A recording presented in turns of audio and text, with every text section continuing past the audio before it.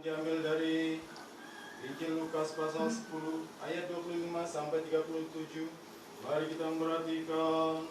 Kemuliaan bagimu ya Tuhan, kemuliaan bagimu.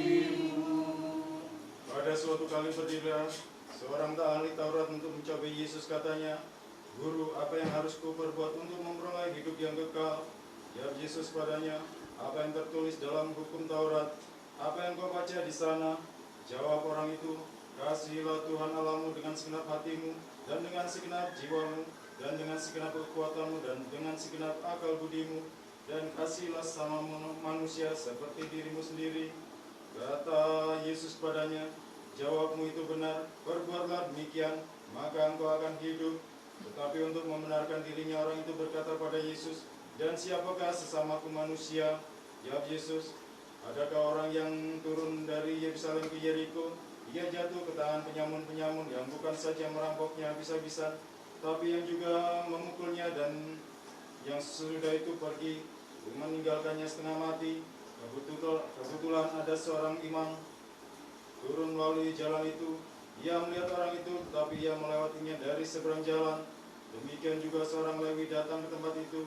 Ketika ia melihat orang itu, ia melewatinya dari seberang jalan. Lalu datang seorang Samaria yang sedang dalam perjalanan ke tempat itu. Dan ketika ia melihat orang itu, tergeraklah hatinya oleh belas kasihan. Ia pergi kepadanya lalu membalut luka-lukanya. Sesudah ia menyiraminya dengan minyak dan anggur. Kemudian ia menaikkan orang itu ke atas keledai tunggangannya sendiri, lalu membawanya ke tempat penginapan dan merawatnya. Keesokan harinya ia menyerahkan 2 dinar kepada pemilik penginapan itu. Katanya, "Rawatlah dia, dan jika kau belanjakan lebih daripada ini, aku akan menggantinya. Waktu aku kembali, siapakah di antara ketiga orang ini, menurut pendapatmu, adalah sama manusia dari orang yang jatuh ke tangan penyamun itu?" Jawab orang itu, "Orang yang telah menunjukkan belas kasihan padanya." Kata Yesus padanya, "Pergilah dan perbuatlah demikian." Kemuliaan bagimu ya Tuhan, kemuliaan bagimu. Salam Elohim bisa Mamasya. Shalom. Dalam minggu ini kita dikejutkan dengan suatu berita yang terjadi di Sulawesi Tengah, tepatnya di Sigi, di mana sebuah pos pelayanan Gereja Bala Keselamatan diserang orang tidak dikenal, apa yang kita bisa sebut teroris, yang menurut berita mereka menamakan dirinya adalah Mujahidin Indonesia Timur. Di situ terjadi korban 4 orang yang meninggal dengan sangat mengenaskan.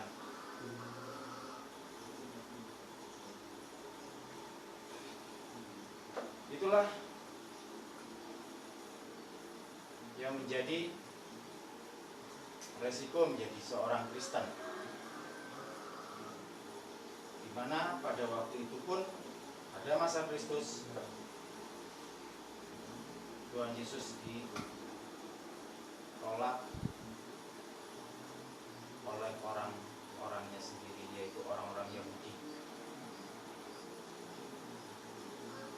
Tapi tetap apa yang Tuhan Yesus ajarkan pada kita? Itu tetap mengasihi, kita tetap berdoa, dan kita mendoakan mereka yang menganiaya kita. Sampai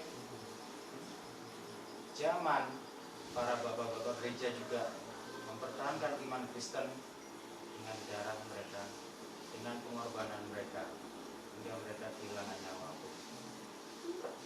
Hingga sampai saat ini pun kita yang mewarisi iman yang sudah diajarkan oleh Kristus harus siap dengan segala konsekuensinya dalam mengikut Kristus, yaitu ditolak, dianiaya, maupun dibunuh. Apakah kita takut dengan kematian? Tidak. Karena sudah banyak contoh yang sudah kita dengar dan sudah kita lihat. Mati dalam Kristus adalah suatu penghargaan. Mati dalam Kristus adalah suatu kebahagiaan. Karena apa? Karena kita mengimani Allah yang benar. Kita mengimani Allah yang mengajarkan cinta kasih walaupun kita dianiaya. Dan dalam bacaan hari ini pun, di mana berjudul Orang Samaria yang Murah Hati, di sini dikatakan bahwa dalam suatu perumpamaan, ketika Yesus ditanya oleh ahli-ahli Taurat,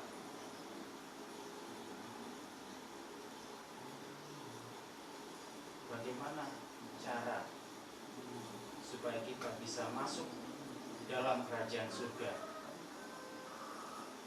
Tuhan Yesus, ahli Taurat itu mengatakan, kasihilah Tuhan Allahmu dan sesamamu manusia. Berarti kita totalitas harus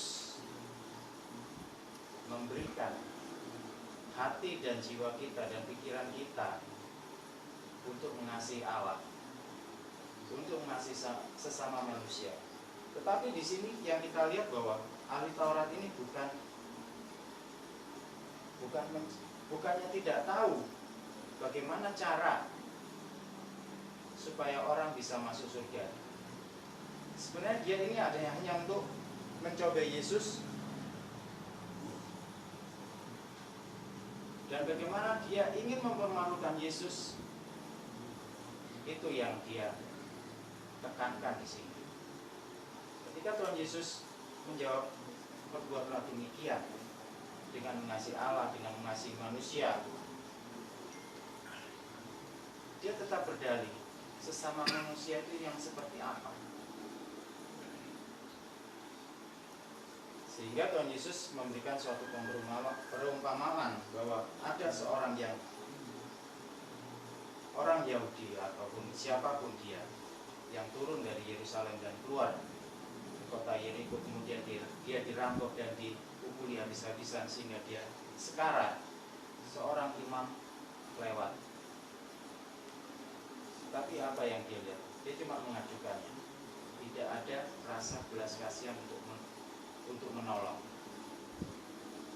Kemudian orang Lewi, yang kita tahu bahwa orang Lewi ini adalah orang yang dikhususkan untuk melayani di dalam bait Allah. Orang yang jelas-jelas tahu isi dari hukum Taurat. Tetapi apa yang dia lakukan? Dia melewatinya di seberang jalan. Sehingga ada orang yang ketiga, orang Samaria, yang kita tahu bahwa mereka ini adalah orang-orang yang terbuang, orang-orang yang dianggap oleh orang Yahudi adalah orang-orang kelas 2. Mereka adalah orang-orang Yahudi yang sudah tercampur atau turunan campuran, bukan Yahudi asli. Tapi karena apa? Semua itu dari hati, dari belas kasihan, tidak memandang status orang, sehingga dia pun tergerak untuk melakukan pertolongan pada orang yang sedang terkena sial ini.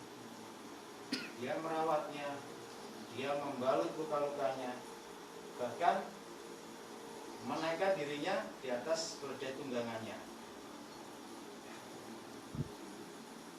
Bagaimana seorang imam Taurat, ahli-ahli Taurat, orang Lewi yang begitu tahu, mungkin melontok dalam bahasa Jawanya isi dari hukum Taurat, tapi tidak mempunyai belas kasihan. Sedangkan orang Samaria yang notabene tidak tahu isi Taurat, tetapi memiliki belas kasihan yang sangat besar dalam hal ini. Dalam hal ini, ahli-ahli Taurat ini hanya untuk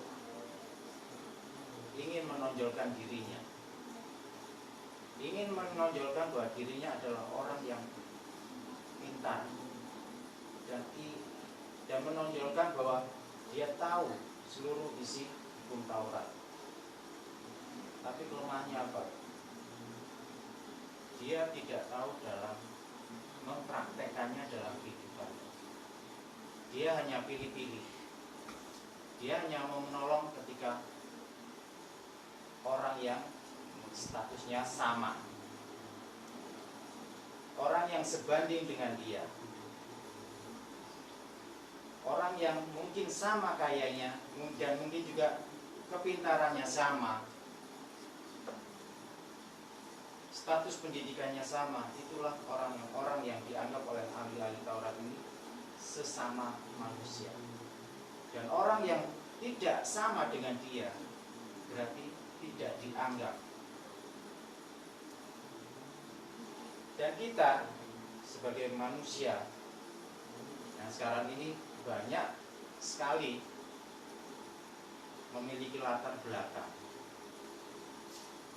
baik itu pendidikan, baik itu kehidupan sosial, tapi kita tetap manusia yang sudah diajarkan oleh Kristus untuk memiliki cinta kasih, dan kita pun harus menyalurkan cinta kasih itu kepada orang lain tanpa memandang status, tanpa memandang dia itu kaya ataupun miskin, karena kita adalah sesama manusia. Disitulah yang ditekankan oleh Kristus pada kita, bahwa kita harus mengasihi tanpa memandang siapa orang itu, tanpa memandang dia miskin ataupun kaya, karena kita adalah anak-anak Kristus yang diajarkan oleh Kristus untuk saling mengasihi.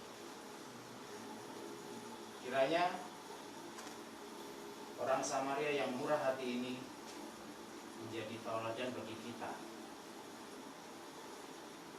menjadi tauladan untuk menerapkan apa yang dia lakukan kepada kita, sehingga kita pun mempunyai hati yang penuh kasih. Kemudian bagi Sang Bapa, Sang Putra, Sang